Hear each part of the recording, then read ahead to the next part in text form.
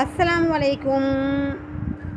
چلیں جی، یہ جو ٹائم پیریڈ ہوتا ہے ویسے ڈیلی بیسس پہ یہ ہماری شریعت کے حوالے سے ہم اس پر کچھ ڈسکس کرتے ہیں یہی ٹائم پیریڈ کے اندر، لیکن اس وقت آج میں آپ کو شریعت سے ہٹ کر کچھ ڈسکس کرنا چاہتی ہوں، کیونکہ شریعت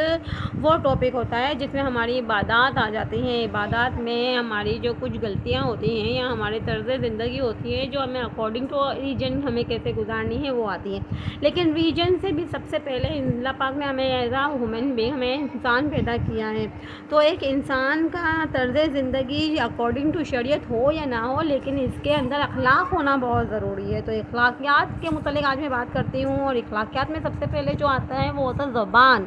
زبان سے ہمارا واسطہ پڑتا ہے۔ تو طرز بیان کے اوپر میں آپ سے بات کرنا چاہوں گی۔ اس ٹاپک کو میں آپ کو اس طریقے سے سمجھاتی ہوں کہ کچھ ٹائم پہلے میرے پڑھنے میں ایک چھوٹا سا قصہ آیا تھا، جس میں بتایا کہ دو سہیلیاں آپس میں بات کر رہی تھی۔ ایک دوست اپنے دوست کو کہتی ہے کہ بھئی تمہارا کل کا دن کیسا گزرا، تو وہ کہتی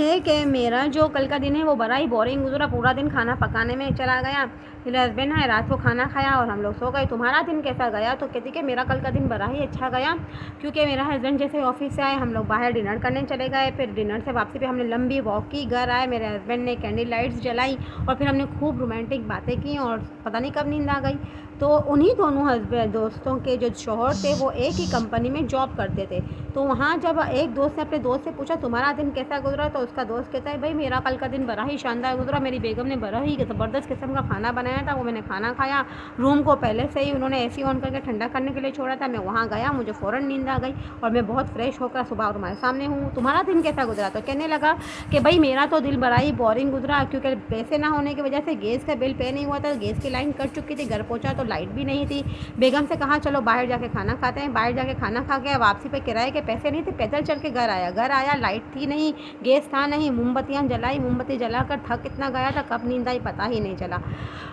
دیکھا آپ نے کہ دونوں ہی دوستوں اور کے درمیان کی گفتگو میں کتنا فرق ہے۔ ایک دوست نے اپنے دوست کو اپنے بورنگ اور مطلب کہ تھکا دینے والے دن کو کس طریقے سے بیان کیا، اور اسی کے ہسبینڈ نے اپنے